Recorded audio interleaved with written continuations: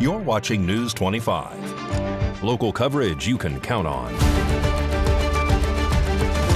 News 25 is brought to you by J.K. Nelson Law, voted best of Pahrump for 4 years. Give them a call, 775-727-9900. News 25 is also brought to you by Gunny's Air Conditioning and Heating.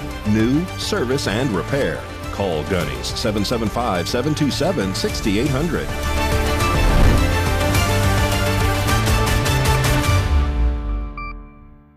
Welcome to this edition of News 25. I'm Unette Gentry. Thanks for joining us on Ace Country Radio. And we're also streaming at KPVM.TV. We're also on your Roku devices. It is Thursday, March 27th.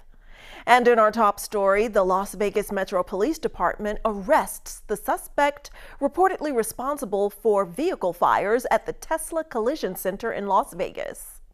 Paul Kim, age 36, was arrested Wednesday evening by the Las Vegas Metro Police Department on charges that include arson and possessing an explosive. The attack originally took place on Tuesday, March 18th, around 2:45 a.m. at a Tesla Collision Center. Today, the Las Vegas Metro Police Department held a press briefing to update the public on their findings.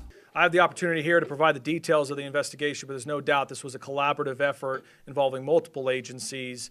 In 8 days around the clock with our teams, we were able to identify the suspect's vehicle as a black Hyundai Elantra. You'll see a photo here. But what's important to point out here is that this was achieved through an exhaustive review of surveillance material, analytical data, and a canvas of over 700 locations across the valley. But a preliminary assessment of the suspect's social media activity indicates some very loose but self-proclaimed ties to the Communist Party USA social media group, as well as social media groups called Revolutionary Communist International, Hidden Palestine, Palestine Action, and a variety of other social media groups. That is part of our investigation, is to dig further into it and to be able to determine additional motive and other potential concerns. At this point in time, the suspect was placed immediately on 24/7 surveillance by our specialized units to ensure public safety and preserve evidence. Additional evidence was collected as we continued our investigation, and the suspect was ultimately arrested yesterday evening. A search warrant was then obtained and served by the LVMPD SWAT team, and as a part of their operation, we were able to conduct searches of 2 vehicles linked to the suspect's apartment, and we were also able to collect a buccal swab for DNA to be able to compare that to the DNA that we recovered from the scene. Our searches revealed numerous items of interest to include multiple rifles, a shotgun, a handgun, and miscellaneous gun parts. You can see a photo to my left of some of the items that were recovered. We also were able to recover ammunition in multiple calibers to include the caliber that was used in the crime. We also recovered numerous electronic devices, which our partners at the FBI are quickly analyzing. We also recovered a black gun belt with a pouch that had pink paint residue on it. You can see a photo of that to my left, as well as a black backpack with pink paint, face masks, and other articles of clothing that are consistent with the suspect's description. We also recovered other key pieces of evidence that we're still evaluating at this time that do connect the suspect to this attack. He was charged with numerous felonies to include 3 counts of arson, 3rd degree, 3 counts of unlawful possession of explosive or incendiary device, 4 counts of destroying property, and 5 counts of discharging a firearm into a vehicle or structure. The suspect remains in custody, and we're working closely with the Clark County District Attorney's Office and the United States Attorney's Office on the prosecution. A federal arrest warrant has been issued for Kim, and he will be taken into federal custody later today, where he will face federal charges in addition to his current charges. Turning now to national news, President Donald Trump enacts a new tariff on foreign auto parts. Our News 25 Las Vegas correspondent Maria Centers joins us now with that story. U.S. President Donald J. Trump has just countered trade practices that have hindered our domestic auto industry by imposing a 25% tariff on foreign automobiles and related parts. In 1985, American-owned plants here at home manufactured 11 million automobiles, representing 97% of overall domestic production, while last year's figure determined that 50% of automobiles purchased in 2024 were imports. Here's the latest from the White House on the matter. We'll effectively be charging a 25% tariff But if you build your car in the United States, there is no tariff. And what that means is a lot of foreign car companies, a lot of companies are going to be in great shape because they've already built their plant, but their plants are underutilized, so they'll be able to expand them inexpensively and quickly. But others will come into our country and build, and they're already looking for sites. They're looking for mostly sites. They don't want to take the old buildings that are empty and falling down. They want to build new. The 25% tariff applies to imported passenger vehicles, including sedans, SUVs, crossovers, minivans, cargo vans, and light trucks, along with crucial automobile parts. As you know, the electric mandate that we did allows you to buy a car now, electric or gasoline powered or hybrid. You can buy any car you want. The Middle West, they built 8 power stations. That's like the size of this desk or smaller. And they ended up spending $9 billion on 8. And of the 8, 4 of them didn't work. The U.S. trade deficit in automobile parts climbed to $93.5 billion in 2024. We're going to see prices going down, but it's going to go down specifically because they're going to buy what we're doing, incentivizing companies to, and even countries, but companies to come into America and build.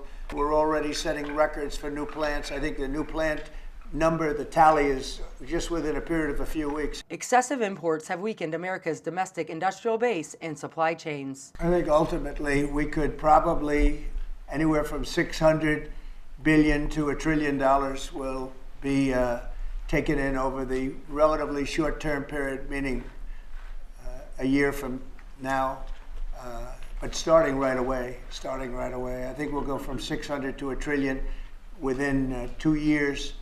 And I think we'll be right from the beginning, we're going to be at a very high number, right from the beginning. And right from the beginning, you're going to have a lot of construction jobs, but you're also going to have a lot of automobile jobs. The proclamation invokes Section 232 of the Trade Expansion Act of 1962. People are going to start understanding what a good deduction is all about. So when you get a loan to buy a car, and I think it's going to pay for itself. I don't think there's any cost. I think you're going to have so many cars built, but you're only going to get that deduction of interest if the car is made in the United States of America. Our domestic auto parts manufacturing industry has lost 34% of its job sector over the past 24 years. Reporting from Old Las Vegas and getting it over that hump to Pahrump, I'm Maria Centers for News 25. Don't grab that remote. After this break, we have details for you about this very first opening day for Major League Baseball. News 25 will be right back.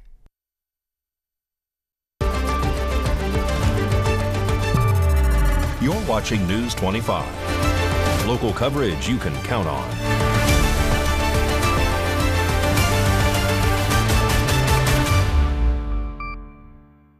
Welcome back to News 25. Well, here's Mikey Ruhan now with a knockout for you in sports.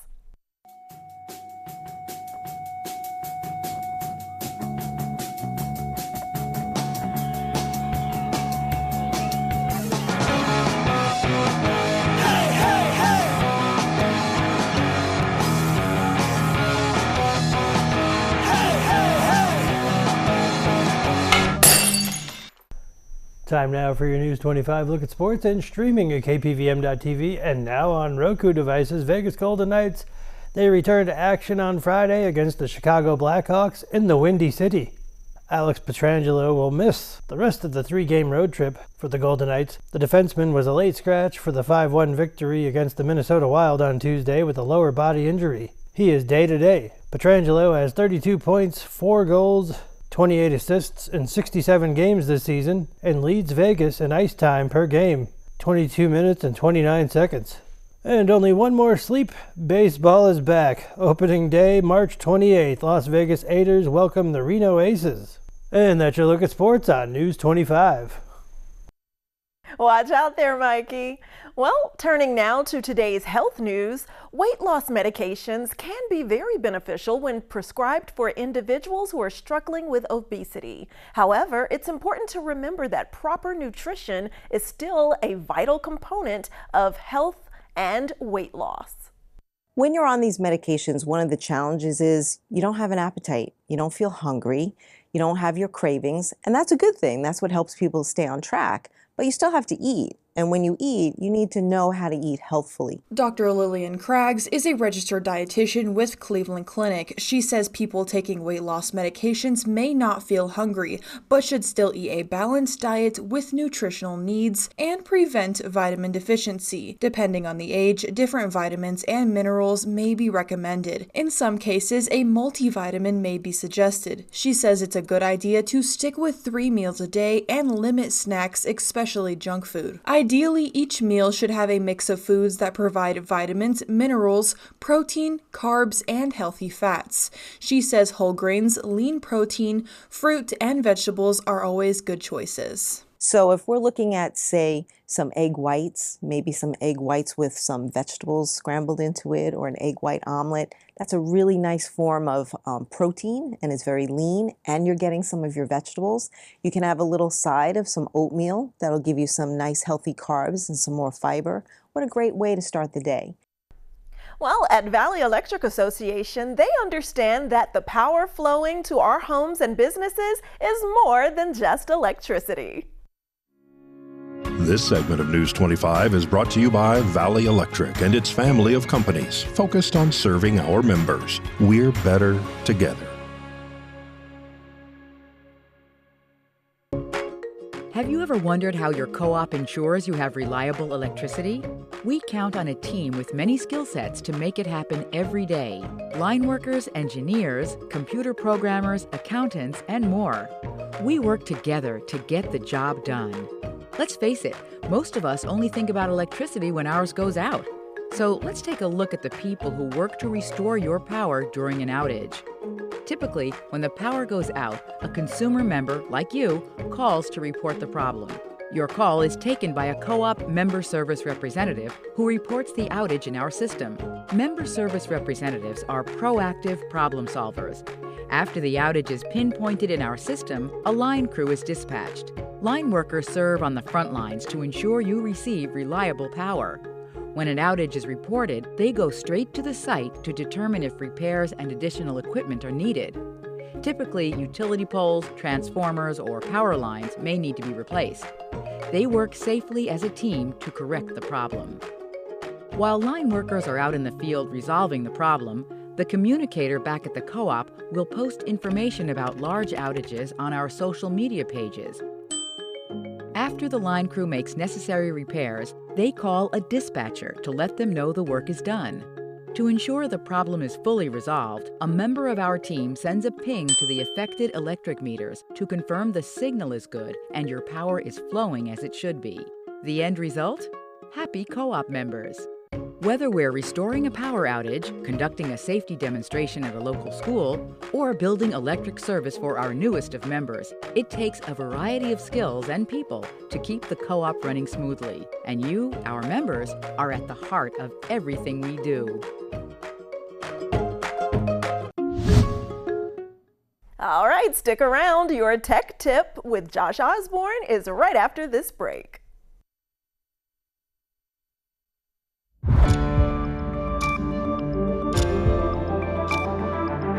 You're watching News 25. Local coverage you can count on. News 25 is brought to you by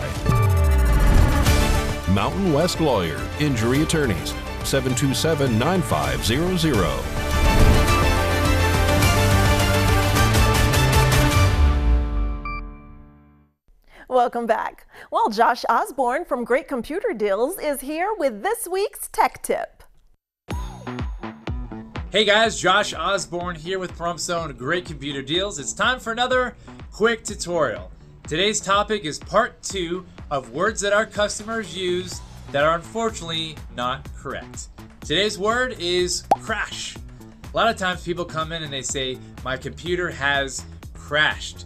And what they're probably referring to is something they've seen in an old movie that involves a computer where the physical hard drive shattered. And basically what that means is back years ago, not so much anymore, but there was a time when hard drives consisted of an actual silver spinning platter that moved like a record player or a CD player, and that drive would spin thousands of times a minute, and after years and years of that wear and tear, sometimes they would actually physically break apart. They would shatter or crash. But what's actually happening when someone comes in and they say that word, that's not the case. What has happened is usually a couple different things. Number one, their computer didn't crash. It's bogged down with so much junk. A lot of people have 2 or 3 antiviruses all running at the same time, which is a terrible idea. Or oftentimes they'll have so many different junkware programs running in the background that it's bogging down their computer and not letting it work correctly. It's not a crash, it's just you, unfortunately, not using a lot of wisdom and common sense and just putting way too much stuff on your computer that is slowing it down. Number two, another reason we see is they do actually have one of those old-fashioned hard drives that has the spinning moving parts, but it hasn't shattered like they see in the movies. It is basically slowing down because those drives are typically 5,400 RPM drives or 7,200 RPM drives. That means every minute that computer is on, it's spinning potentially 7,200 times, and as you can imagine, year after year, that kind of wear and tear, it causes that drive to break down and it slows down. It doesn't crash and shatter, hardly ever, but it causes it to slow down. It becomes basically unusable. And sometimes those computers have a hard time even booting up to that drive. So oftentimes they'll call it a crash. The third time is our friends with Microsoft Windows. What they like to do oftentimes is release updates or patches or fixes that are supposed to improve this operating system called Windows. And oftentimes it does the exact opposite. It screws things up. They decide to switch out a driver and all of a sudden your graphics card doesn't work anymore because the driver we gave it has been taken out and the one that Microsoft says is better has been switched in, and they cause that computer to blue screen when it turns on, and a lot of people see that and assume it's a crash. Again, it's not. So when you bring your computer into us, we're going to figure out which one of those 3 it is, and every single time we're going to be able to fix that issue for you guys. So come on in, explain why your computer crashed. We'll figure it out, we'll fix it, we'll get you guys back up and running. We appreciate your support and we appreciate you guys watching these videos. Got lots more to come. Make sure to stay tuned for our next quick tutorial.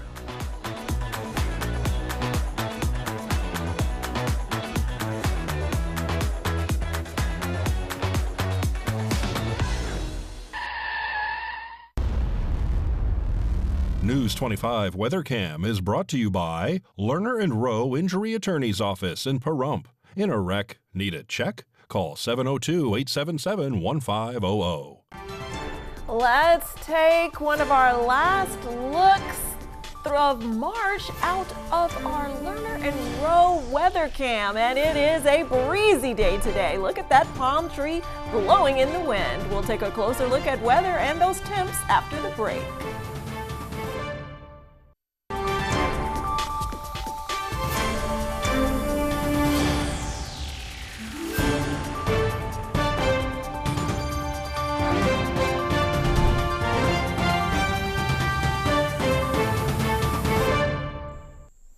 Hi, good evening, Nevada. I'm Mike Ruhan from the Channel 25 Weather Studios. Let's check out this weather map. Fernley saw 68 degrees, 72 in Fallon.